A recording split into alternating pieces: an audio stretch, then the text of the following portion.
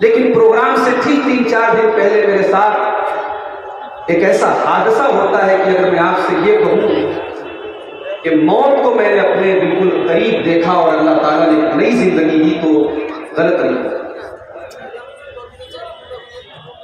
آپ میں سے بہت سارے لوگ جانتے ہوں گے میں ایک مدرسے میں ٹیچر بھی ہوں، اور چونکہ مدرسہ اور اتر پردیش گورنمنٹ کے انڈر میں چلنے والا مدرسہ، ظاہر ہے کہ اس کی ڈیوٹی کے اپنے تقاضے ہیں۔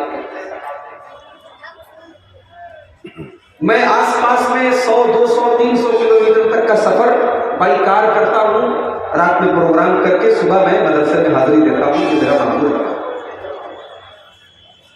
27 فروری کو میرا پروگرام بنارس سے تقریباً 350 کلومیٹر دور سدھارتھ نگر میں تھا، نیپال بارڈر کے قریب۔ مدرسے کی چھٹی 2 بجے ہوتی ہے، گاڑی سے کھانا وانا کھا کر کے نکلتے 3 بج گئے۔ پروگرام میں پہنچتے مجھے رات کے 10:30 بجے۔ مجھے یہ بھی پتا تھا کہ رات ہی میں مجھے واپس بھی نکلنا ہے، صبح پھر مدرسے میں ڈیوٹی دینا ہے۔ میں جب وہاں پہنچا میں نے ڈرائیور سے کہا، ڈرائیور غیر مسلم تھا، میں نے اس سے کہا کہ صاحب آپ جو ہے تھوڑا سا کھانا وانا کھا کر کے سو جائیے، آرام کیجیے، اس لیے کہ رات کا سفر ہے، نیند آپ کو ملنا ضروری ہے۔ لیکن یہ ڈرائیور تھوڑا سا ٹیڑھے قسم کا، اس نے کہا جناب میں نیوز میں کام کرتا ہوں، میرے پاس رات میں کبھی بھی کال آتا ہے، میں سوؤں گا نہیں، آپ فکر مت کیجیے، میں گاڑی چلاتا ہوں، میں بہت ماہر ہوں، کوئی دقت نہیں۔ وہاں تقریر میری ختم ہوئی 2 بجے، تقریر کے بعد چائے ناشتہ کرتے 2:30 بج گئے، اور ڈرائیور 1 منٹ کے لیے بھی سویا نہیں۔ اب جب ہم لوگ وہاں سے نکلے، اتفاق سے کوہرے کا موسم بھی تھا وہاں، کیونکہ نیپال کا علاقہ قریب کا علاقہ تھا، کوہرے کا موسم تھا، اور یہ گاڑی بہت بے حساب چلا رہا تھا، اور میری عادت ہے میں ہمیشہ ڈرائیور کے بغل والی سیٹ پر بیٹھتا۔ اللہ کی قدرت دیکھیے، ابھی کچھ ہی دنوں پہلے جب ہمارے بڑے عزیز دوست اور آپ کے اس بڑھیٹ کے جلسے میں کئی بار وہ شرکت بھی میرے خیال سے کر چکے ہیں، شیخ عبدالرحمان سلفی صاحب رحمۃ اللہ علیہ کا جب حادثہ ان کے ساتھ ہوا، اس کے بعد سے میں جب بھی کار میں بیٹھتا ہوں سیٹ بیلٹ لگا لیتا ہوں۔ میں اپنے نوجوانوں سے بھی کہنا چاہوں گا کہ آپ کو جتنا بھی بھروسہ ہو ڈرائیونگ پر، ڈرائیور کے اوپر، اور گاڑی آپ کی جتنی بھی بہترین ہو، آپ جب بائک چلائیں تو ہیلمٹ ضرور لگائیں، کار میں بیٹھے تو سیٹ بیلٹ ضرور لگائیں۔ اس لیے نہیں کہ پولیس والا آپ کی چالان کاٹ دے گا اگر آپ نے ایسا نہیں کیا، اس لیے کہ اس میں سیفٹی آپ کی۔ میں نے سیٹ بیلٹ لگایا، ڈرائیور نے کہا بھی کہ ضرورت نہیں، آپ سیٹ بیلٹ مت لگائیے، صرف اس کو پیچھے سے لے جا کے اس میں ڈال دیجیے، الارم بجنا بند ہو جائے گا، کوئی ضرورت نہیں۔ میں نے کہا نہیں، میں اپنی سیفٹی کا کام کروں گا، میں نے سیٹ بیلٹ لگایا۔ ڈیزائر گاڑی تھی، میں ڈرائیور کے بغل میں بیٹھا تھا، کوہرے کا موسم ہے، گاڑی دھیرے دھیرے چل رہی ہے۔ جب ہم لوگ وہاں سے تقریباً 150 کلومیٹر کا سفر ہم لوگوں نے طے کر لیا اور موسم اب کلیئر ہو گیا، تو ڈرائیور بہت تیزی سے گاڑی چلا رہا ہے، اور میں ڈرائیور کے بغل میں بیٹھا ہوں، مجھے بہت تیز نیند آ رہی ہے، میں سو گیا ہوں۔ حالانکہ اصولاً یہ بات غلط ہے، ڈرائیور کے بغل میں بیٹھنے والے کو سونا نہیں چاہیے، لیکن میری مجبوری تھی، تھکا ہارا تھا، تقریر کر کے آیا تھا، میں سو رہا تھا۔ تقریباً صبح کے 5:30 بجے اس ڈرائیور نے نیند کے عالم میں سڑک پر کھڑی ایک ٹرک میں لے جا کر کے پوری اسپیڈ میں گاڑی کو ٹھوک دیا، اور جیسے ہی گاڑی لڑی ہے ٹرک میں تو سو رہا تھا، گاڑی کے اندر ایئر بیگ کا سسٹم ہوتا ہے، اب جتنی نئی گاڑیاں آ رہی سب کے اندر ایئر بیگ کا سسٹم ہے۔ ایئر بیگ کا مقصد یہ ہوتا ہے کہ سامنے بیٹھنے والا، چاہے وہ ڈرائیور ہو چاہے اس کے بغل والا ہو، اگر حادثہ ہو تو اس کی باڈی پر نقصان نہ ہو، وہ ایک غبارہ ٹائپ کا سامنے آ جاتا ہے تو انسان کو نقصان سے بچاتا ہے۔ میری نیند کھلی، ایک زوردار دھماکہ ہوا اور ایک عجیب سی مہک میری ناک میں محسوس ہوئی، اور میں نے دیکھا کہ گاڑی کی حالت، لیکن میں نے یہ بھی دیکھا کہ میں الحمدللہ سے میرے بدن کو کوئی چوٹ نہیں، اور میرے پیچھے میرے مدرسے کے ٹیچر جن کو میں ساتھ میں لے کے گیا تھا، وہ ان کے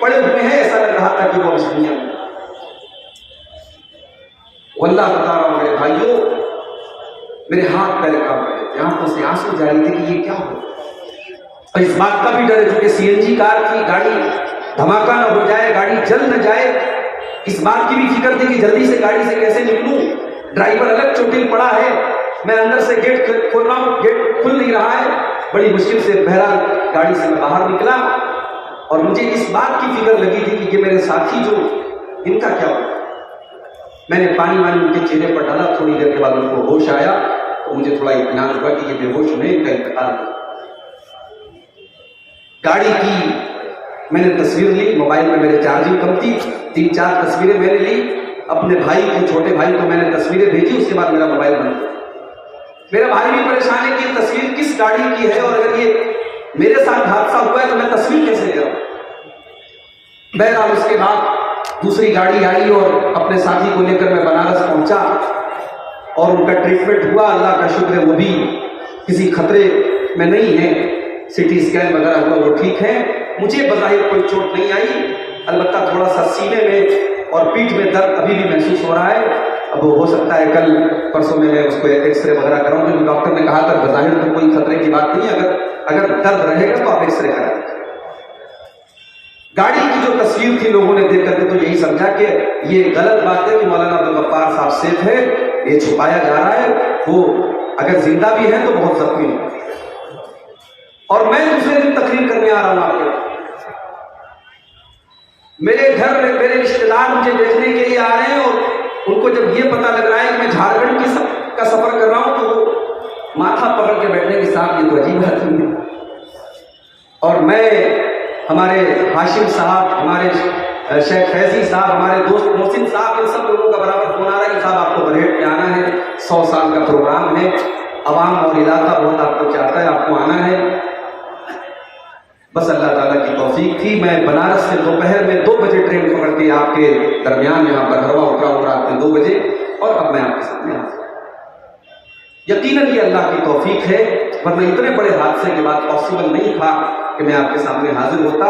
اللہ تعالیٰ کو آپ کے اس مجمع میں مجھے شرکت کرنے کے لیے زندہ رکھنا تھا، اور اللہ کو مجھے یہ توفیق دینا تھا، اور میں سمجھتا ہوں کہ یہ آپ سب کی دعائیں ہیں۔ کتنے لوگ فون کر کے رو رہے تھے، بھی میں لکھنؤ گیا تھا، اس کے اگلے دن لکھنؤ میں ایک صاحب نے مجھے دیکھتے ہی میری پیشانی کو چوم لیا، رونے لگے، بولے مولانا ہم نے تو تصویر گاڑی کی دیکھ کر کے ہم نے تو سمجھ لیا کہ بہت برا ہوا، اور آپ کو صحت مند دیکھ کر کے ہمارا دل بھر پڑا۔ ہمارے اندر کیا خاص بات ہے میرے بھائی؟ ہمارے اندر کوئی خاص بات نہیں ہے، یہ قرآن کی محبت ہے، یہ حدیث کی محبت ہے، یہ علم دین کی محبت ہے کہ ہزاروں لاکھوں لوگ دعاؤں میں یاد رکھتے ہیں، اور ہم لوگ جب سفر پہ نکلتے ہیں تو جان ہتھیلی پر رہتی ہے۔ ابھی ہم برہوا سے یہاں تک آ رہے تھے، 20 کلومیٹر کا سفر تھا، اس میں بھی راستے میں اچانک ایک ٹوٹو والا آ گیا، اور ڈرائیور نے اچانک گاڑی بریک ماری، میرا دل فوراً دھک دھک کرنے لگا۔ حقیقت یہ ہے کہ بائی روڈ سفر بہت رسکی ہے، اور میں کچھ دنوں سے جب سے مدرسہ جوائن کیا ہے، میں کئی مرتبہ ایسا ہوتا ہے کہ راتوں رات سفر، لمبے سفر جانا اور آنا ہوتا ہے۔ اب میری کوشش بھی رہے گی کہ اس طریقے کے سفر کم ہو۔ آئیے اللہ سے دعا کریں، اللہ تعالیٰ میری بھی اور تمام جتنے ہمارے علماء ہیں، دعات ہیں جو دعوت دین کا کام کر رہے ہیں، اللہ سب کی حفاظت فرمائے۔ ابھی آپ نے یہ خبر بھی سنی ہوگی، بڑی خوشخبری ہے ہم سب کے لیے کہ ہماری جماعت کے بڑے مشہور خطیب مولانا جرجی سراجی صاحب، جو جن کو سازش کے تحت جیل میں پہنچایا گیا تھا، الحمدللہ ان کو بھی ہائی کورٹ سے ضمانت مل گئی ہے، اور وہ باہر آ چکے ہیں الحمدللہ، اور ہم امید کرتے ہیں کہ دعوت و تبلیغ کا جو کام ہم کرتے تو وہ انشاءاللہ پھر سے جاری رکھیں گے۔ اللہ تعالیٰ سے دعا کیجیے اللہ ہمارے علماء کی حفاظت کرے، اور اللہ تعالیٰ وہ تمام علماء حق جو قرآن سنت کی تبلیغ کر رہے ہیں، اللہ تعالیٰ ان کو ہر شر سے، ہر حادثے سے، ہر مصیبت سے ان کو، ان کے اہل و عیال کو محفوظ رکھے۔ میرے بھائیوں، رات کے 3:30 بج رہے ہیں، اور برہیٹ ہی کی یہ شان ہے کہ 3:30 بجے اتنا بڑا مجمع انتظام ہے۔ یہ شاید پورے جھارکھنڈ میں، پورے بنگال میں کہیں کسی پروگرام میں اس ٹائم مجھے اتنی پبلک سامنے نظر نہیں آتی ہے۔ میں جب جلسے میں پہنچا، میں نے دیکھا عورتیں بڑی تعداد میں واپس جا رہی ہیں، مرد حضرات جا رہے ہیں، میں نے سوچا شاید پنڈال خالی ہوگا، مگر جتنے جا رہے تو اس سے زیادہ الحمدللہ یہاں موجود ہیں۔ میں چاہتا ہوں کہ آج بڑی اہم باتیں آپ کے سامنے سامنے وقت کم ہے، کچھ امپورٹنٹ باتیں آپ کے سامنے رکھی جائیں، اور قرآن کی ایک آیت میں نے آپ کے سامنے پڑھی ہے، سورہ نحل کی آیت نمبر 90، قرآن کے 14ویں پارے کی آیت ہے، اور اس آیت میں اللہ تعالیٰ نے 3 باتوں کا حکم دیا ہے اور 3 باتوں سے روکا ہے، اور آج کی میری پوری تقریر انہی 6 باتوں پر انشاءاللہ۔ اور یہ جو آیت میں پڑھنے جا رہا ہوں، یہ آیت کتنی امپورٹنٹ ہے، کتنی اہم ہے، اس کا اندازہ آپ اس سے لگائیے کہ حضرت عبداللہ بن مسعود رضی اللہ تعالیٰ عنہ کہتے ہیں اجمع آیت فی القرآن ھذہ الآیہ، قرآن کریم کی سب سے جامع آیت ہے۔ جامع کا مطلب جس کے اندر تمام چیزیں آ گئی ہوں، جس نے تمام چیزوں کو اکٹھا کر لیا ہو، وہ یہ ہے آیت سورہ نحل کی آیت۔ اور اس آیت کے بارے میں حضرت سفیان بن عیینہ کہتے ہیں کہ قرآن کریم کی کوئی اور آیت ایسی نہیں ہے جس میں تمام بھلائیوں کو اکٹھا کر دیا گیا ہو اور تمام برائیوں سے روک دیا گیا ہو، اگر ایسی کوئی آیت ہے تو یہی آیت۔ آئیے پہلے آیت کا ترجمہ دیکھتے ہیں پھر بات پارے۔ ان اللہ یأمر بالعدل والإحسان وإيتاء ذی القربى وینہی عن الفحشاء والمنکر والبغی یعظکم لعلکم تذکرون۔ اللہ تعالیٰ تم کو 3 باتوں کا حکم دیتا ہے۔ نمبر 1، اللہ تعالیٰ تمہیں عدل کا حکم دیتا ہے، والاحسان اور احسان کا حکم دیتا ہے، وایتاء ذی القربى اور رشتہ داروں کو دینے کا حکم دیتا ہے، اور 3 چیزوں سے اللہ تعالیٰ منع کرتا ہے، عن المنکر برائی سے، والفحشاء فحش کاموں سے، والبغی اور ظلم اور زیادتی کرنے سے، یعظکم لعلکم تذکرون اللہ تعالیٰ تم کو نصیحت کر رہا ہے تاکہ تم سمجھ جاؤ۔ گویا اس آیت میں اللہ تعالیٰ نے نصیحت کی ہے۔ بھئی کوئی بڑا ہے، کوئی بزرگ ہے، بچے کو نصیحت، جب بچے کو یہ کہہ کر کے کوئی بات بتاتا ہے کہ بیٹا میں نصیحت کر رہا ہوں، تو بچے کے کان کھڑے ہو جاتے ہیں۔ استاد جب شاگرد سے کہتا ہے کہ دیکھو بچوں میں تمہیں ایک نصیحت کر رہا ہوں، تو شاگردوں کے کان کھڑے ہو جاتے ہیں کہ ہمارے استاد ہمیں نصیحت کر رہے ہیں۔ یہاں کوئی استاد نصیحت نہیں کر رہا ہے، کوئی ٹیچر نصیحت نہیں کر رہا، یہاں ہمارا رب، ہمارا پروردگار، ہمارا اللہ ہمیں نصیحت کر رہا ہے۔ اور 3 باتوں کا اللہ حکم دیتا ہے۔ ان اللہ یأمر بالعدل، اللہ تعالیٰ تم کو عدل کا حکم دیتا ہے۔ عدل کا مطلب ہوتا ہے حقدار کو اس کا حق دے دے، جس کا جو حق ہے اس کو اس کا حق دیا جائے۔ ماں کا حق ماں کو دیا جائے، باپ کا حق باپ کو دیا جائے، بیوی کا حق بیوی کو دیا جائے، بچوں کا حق بچوں کو دیا جائے، پڑوسی کا حق پڑوسی کو دیا جائے، رشتہ دار کا حق رشتہ دار کو دیا جائے۔ جتنے حقوق ہیں اس ایک لفظ کے اندر آ گئے۔ اللہ تعالیٰ کہہ رہا ہے کہ ہم تمہیں حکم دیتے ہیں عدل کا، اور عدل کا ایک اور مطلب ہوتا ہے انصاف، جس کو ہندی میں کہتے ہیں نیائے، انگلش میں کہتے ہیں جسٹس۔ اللہ تعالیٰ تم کو حکم دیتا ہے انصاف، ناانصافی مت کرو، انیائے مت کرو۔ لوگ کہتے ہیں نا پیار میں اور جنگ میں سب جائز۔ وہ کون لڑکا تھا جس نے اپنی محبوبہ کا قتل کر دیا تھا؟ اس کے 32 ٹکڑے کر کے فریج میں ڈال دیے تھے۔ محبت تھی، محبت نفرت میں بدل گئی، اور نفرت میں بدلی تو اتنی بدلی کہ اپنی محبوبہ کے جس کے ساتھ اس نے ہر طریقے کی خواہشات کو پورا کیا، اس کے 32 ٹکڑے کر کے اس نے فریج میں رکھ دیا۔ حالانکہ اس طریقے کے واقعات ہندوستان میں اور بھی ہوتے ہیں، مگر جہاں مسلمان کا نام آ جاتا ہے تو میڈیا والوں کو تو مسئلہ مل جاتا ہے۔ تو یہ اصول ہے لوگوں کا کہ پیار میں اور جنگ میں سب جائز۔ اسلام کا یہ اصول نہیں۔ اسلام کہتا ہے نہ پیار میں سب جائز ہے، نہ جنگ میں سب جائز۔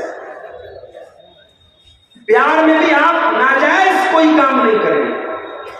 بھائی کسی لڑکی سے اچانک آپ نے کسی لڑکی کی شکل دیکھ لی، اسلام تو بے پردگی کی اجازت نہیں دیتا. مان لیجیے اچانک نظر پڑ گئی کسی لڑکی کے اوپر، یا کسی لڑکی کی اخلاق کی آپ نے تعریف سن لی کہ بڑی اچھی ہے، بڑی دیندار ہے، بڑی خوبصورت ہے، تو اسلام کہتا ہے کہ آپ نکاح کا پیغام بھیجیں، جائز طریقے سے آپ نکاح کا پیغام بھیجیں اور آگے کا پروسیس پورا کریں، اس کو اپنی بیوی بنا لیں، اور بیوی بنانے کے بعد آپ اس سے محبت کریں. اسلام لو میرج کی تعلیم نہیں دیتا، اسلام لو آفٹر میرج کی تعلیم دیتا. اسلام کا یہ اصول نہیں ہے پہلے محبت کرو پھر شادی کرو. اسلام کا اصول ہے شادی کرو اور پھر بے تحاشا محبت کرو. اور جنگ کے میدان میں بھی سب جائز نہیں ہے. دشمن کے ساتھ بھی آپ کو ناانصافی نہیں کرنا. وَلَا يَجْرِمَنَّكُمْ شَنَآنُ قَوْمٍ عَلَىٰ أَلَّا تَعْدِلُوا اعْدِلُوا هُوَ أَقْرَبُ لِلتَّقْوَىٰ. اے مسلمانوں، اگر تمہاری کسی کے ساتھ دشمنی ہے تو دشمن کے ساتھ بھی تمہیں ناانصافی نہیں کرنا ہے، انیائے نہیں کرنا ہے. جس نے تمہارے ساتھ ظلم کیا ہے اسی سے تمہیں بدلہ لینا ہے. پوری قوم سے بدلہ نہیں لے سکتے، پوری کمیونٹی سے بدلہ نہیں لے سکتے. بھائی دنگے فساد میں کیا ہوتا ہے؟ کسی ایک انسان نے آگ بھڑکا دی، پوری قوم کے خلاف دنگا بڑھ گیا، یہی تو ہوتا ہے. اسلام کی یہ تعلیم ہے. دشمنی اپنی جگہ ہے لیکن دشمنی کا مطلب ناانصافی نہیں. اسلام تو وہ دین ہے، اگر آپ لوگوں کی مکھیا ہیں، پردھان ہیں گاؤں کے، آپ ذمہ دار ہیں علاقے کے، لوگ آپ کے پاس فیصلہ لے کر کے آتے ہیں، آپ کو فیصلہ کرنے میں بھی ناانصافی نہیں کرنا ہے. آپ کا اپنا رشتہ دار ہی کیوں نہ ہو، آپ کا اپنا سگا بیٹا ہی کیوں نہ ہو، اگر اس نے غلط کیا ہے تو جو غلط کی سزا ہے وہ اس کو بھی ملنی چاہیے.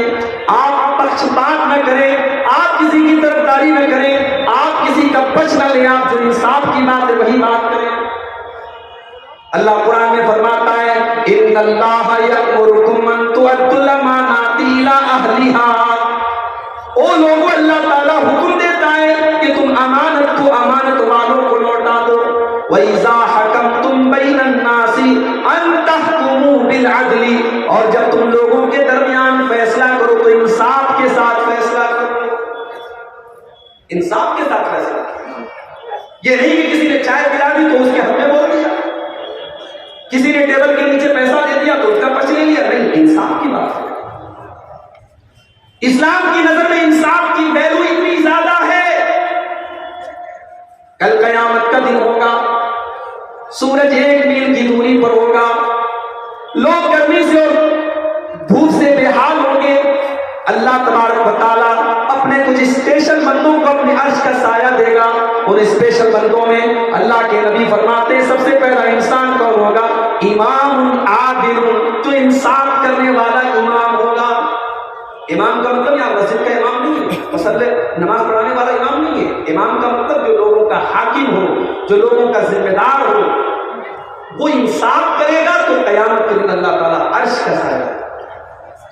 اللہ کے نبی فرماتے ان المقسطین علی منابر من نور من یمین اللہ. انصاف کرنے والے کل قیامت کے دن نور کے منبر پر ہوں گے. آپ نے لکڑی کا منبر دیکھا ہوگا، آپ نے پتھر کا منبر دیکھا ہوگا، لیکن انصاف کرنے والوں کو اللہ تعالیٰ قیامت کے دن نور کے منبروں پر جگہ دے گا. اور جب بات انصاف کی آئی ہے تو سن لو کان کھول کے، انصاف زندگی کے ہر ڈپارٹمنٹ میں. آپ باپ ہیں، 5 بیٹے آپ کے ہیں، ایک بیٹا آپ کو زیادہ محبوب ہے اور وہ اچھا بھی ہے، نیک بھی ہے، دیندار بھی، آپ کی باتیں بھی مانتا ہے. ایک بیٹا تھوڑا نافرمان ہے، آپ کی باتیں کم سنتا ہے، دینداری اس کے اندر تھوڑی کم ہے. لیکن اگر آپ نے جائیداد کا بٹوارا کیا، آپ نے جائیداد کو تقسیم کیا اور ایک لڑکے کو آپ نے زیادہ دے دیا، ایک لڑکے کو کم دے دیا، تو یہ بھی بہت بڑی ناانصافی ہے اور اللہ تعالیٰ اس کو معاف نہیں کرے گا. آپ نے صرف بیٹوں کو جائیداد دے دی، بیٹیوں کو محروم کر دیا، یہ بھی ناانصافی ہے. نبی اکرم کے پاس ایک صحابی آتے ہیں، صحابی کا نام ہے حضرت بشیر رضی اللہ تعالیٰ. اے اللہ کے نبی، میں اپنے بیٹے نعمان کو ایک زمین دینا چاہتا ہوں اور میں اس زمین کے ہبہ کے اوپر آپ کو گواہ بنانا چاہتا ہوں. آپ نے پوچھا ہے بشیر کیا تمہارے اور بھی بچے ہیں؟ ہاں اللہ کے نبی اور بھی بچے ہیں. اے بشیر کیا تم نے ساری اولادوں کو یہ زمین دی ہے؟ نہیں اے اللہ کے نبی میں نے سب کو نہیں دی ہے. آپ نے فرمایا فلا اشہد علی جوری، یہ ظلم ہے اور میں ظلم کے اوپر گواہی نہیں دے سکتا. اتقوا اللہ وعدلوا بین اولادکم، او لوگو اللہ سے ڈرو اور اپنی اولاد کے درمیان انصاف کرو. انصاف کتنی ہے. نبی اکرم کے دور میں ایک عورت چوری کرتی ہے. عورت کا تعلق بہت بڑے خاندان سے، بنو مخزوم سے ہے. یہ بنو مخزوم کون سا خاندان ہے؟ یہ ابو جہل کا خاندان ہے، یہ خالد بن ولید کا خاندان ہے، یہ بہت بڑا خاندان ہے مکے کا. عورت نے چوری کر لی، پکڑی گئی. اسلام میں چوری کی سزا ہاتھ کا کاٹ دینا ہے. نبی اکرم کی عدالت میں کیس آیا، آپ نے کہا ہاتھ کاٹا جائے گا، اللہ کا قانون ہے، اللہ کا حکم ہے. خاندان والے پریشان، ہمارے خاندان کی تو نہ کٹ جائے، لیکن ہمت نہیں ہے کہ اللہ کے نبی کے سامنے جا کر کے ہم کیسے اپنی بات کو رکھیں. لوگوں نے حضرت اسامہ بن زید کو پکڑا، وہ اللہ کے نبی کے بڑے چہرے. اے اسامہ، آپ سے تو اللہ کے نبی بہت محبت کرتے ہیں، آپ ہمارا چھوٹا سا کام کر دیں. اس عورت کا ہاتھ نہ کاٹا جائے، کچھ لے دے کر کے معاملہ رفع کر دیا جائے، ہمارے خاندان کی عزت کا معاملہ ہے. اے اسامہ، آپ اللہ کے نبی سے سفارش کر دیجیے. بخاری کے الفاظ ہیں، اسامہ اللہ کے نبی کے پاس آتے ہیں اور اس عورت کے بارے میں سفارش کرتے ہیں کہ اللہ کے نبی اس کا ہاتھ نہ کاٹا جائے، کوئی اور سزا دے دی جائے. اللہ کے پیارے نبی کا چہرہ غصے سے لال ہو گیا. آپ نے فرمایا اتشفع فی حد من حدود اللہ. اے اسامہ، تمہاری ہمت کیسے پڑی؟ تم اللہ کے قانون کو توڑنے کے بارے میں میرے پاس سفارش لے کر کے آئے ہو. اے اسامہ، تم سے پہلے کی قومیں اسی لیے برباد ہو گئی کہ جب کوئی بڑا آدمی کوئی گناہ کرتا تھا اس کو سزا نہیں دیتے تھے، اور غریب آدمی، چھوٹا آدمی، مزدور آدمی وہی گناہ کرتا تھا اس کو سزا دیتے تھے. اے اسامہ، کان کھول کر کے سن لو، یہ عورت تو قبیلے بنو مخزوم کی عورت ہے. اس عورت کا نام بھی فاطمہ ہے. لو ان فاطمہ بنت محمد سرقت لقطعت یدہا. اللہ کی قسم، یہ تو فاطمہ مخزومیہ ہے. اگر محمد کی بیٹی فاطمہ بھی چوری کرتی اور میری عدالت میں اس کا کیس آیا ہوتا تو میں اس کے بھی ہاتھ کا